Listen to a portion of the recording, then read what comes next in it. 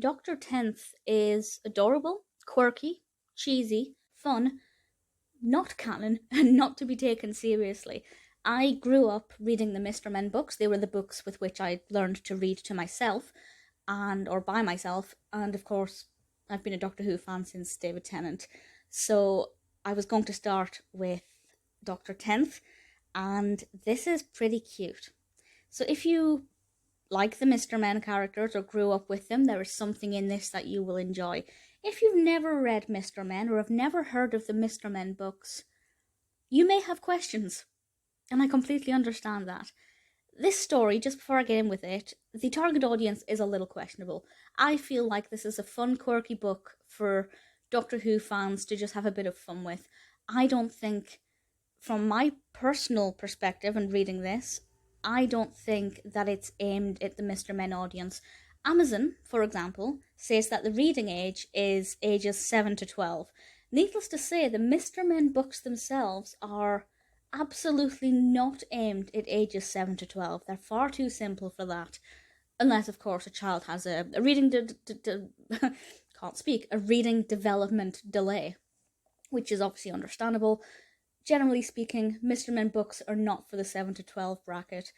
So the actual reading age for these, the vocabulary, there are some sci-fi words and some kind of Doctor Who words that a very young Mr. Man reading age child would not understand. But the vocabulary is too simple for a child of age 7 to 12 to get any benefit from this, in terms of vocabulary development and reading comprehension. So I think the best audience are the older fans who are looking for something just ludicrously fun. And I am one of those people. Dr. Tenth is, of course, all about David Tennant's Doctor, the 10th Doctor. The illustration for this is really cute. I don't know why they decided to go with the triangular shape. Each of the Doctor Men, Mr. Doctors, I don't know. Each of the Doctors have a slightly different shape. Doctor 11 and 13 are more oval. Doctor 3rd has a more of a curvy shape. Doctor 12 is square. For whatever reason, they decided to go with the triangle for David Tennant. And I think it looks good with his 3D glasses and his little Sonic. I think the design is pretty sweet, and it looks like a Mr. Man. Now, I'm not going to go into too much detail about the narrative, because it's worth just perusing for a couple of minutes, just to have a bit of fun with it. But I will say it incorporates the Sontaran. In the illustration of the Sontaran is very sweet. Now, actually, the Sontaran are kind of Mr. Men-like anyway. They have that very blocky oval shape. They don't have too many complicated lines. So the design of the Sontaran, the potato effect, lends itself very well to the design of the Mr. Man. And I think the illustration here is really, really quite pleasant and very enjoyable all the way throughout.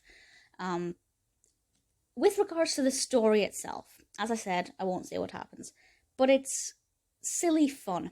It's ludicrous. It doesn't make any sense.